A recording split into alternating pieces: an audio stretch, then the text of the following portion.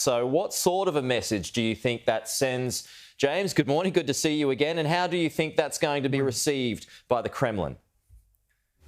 Probably with a shrug, because they would have known that's coming. Yeah, I think so. Obviously, we are not in no position to roll back Russian troops from the territory that they are rolling into in Ukraine. What Putin's move, I think, does in a way is get everyone on the same page for once. So we've been hearing since 2014, when the Ukrainian civil war broke out, that the Ukrainians were fighting the Russians in Ukraine. And while at the same time, the Russians were denying that they had any troops in Ukraine. So now it's all very clear that the Russians do admit that they are supporting the rebels in the breakaway provinces of Donetsk and Luhansk.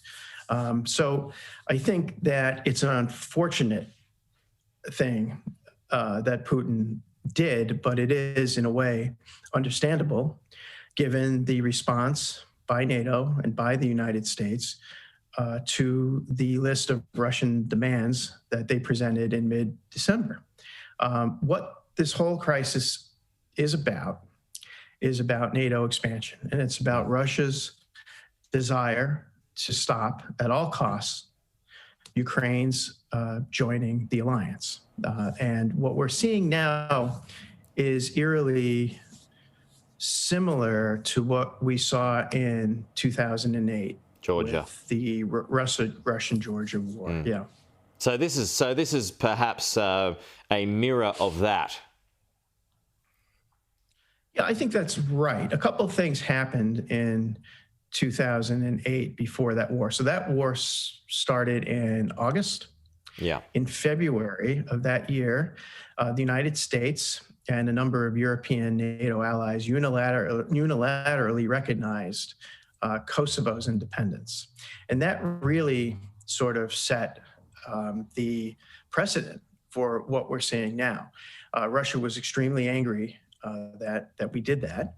And that adventure in Kosovo really opened the door for what Russia is doing today. The other thing that happened in 2008, this happened in April in Bucharest, when NATO declared that Georgia and Ukraine shall become members of NATO. So in February and April, the West acted provocatively. And then in August of that same year, there was a war in Georgia, and the same sort of thing happened. There were Russian peacekeepers in the Russian enclave of South Ossetia.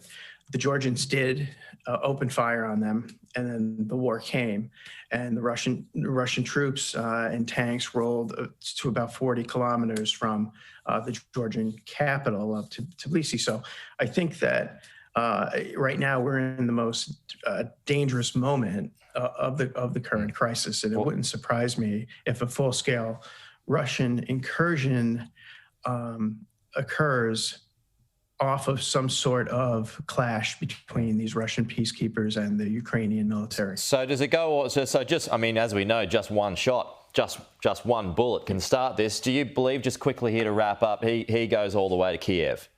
Is that no, what you don't think so?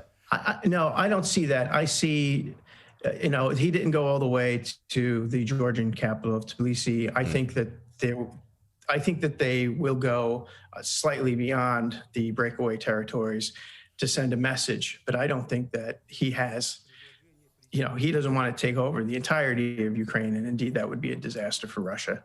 But I do think that now that they're in the breakaway provinces, the Minsk peace process is essentially dead. Yeah, that's a bad.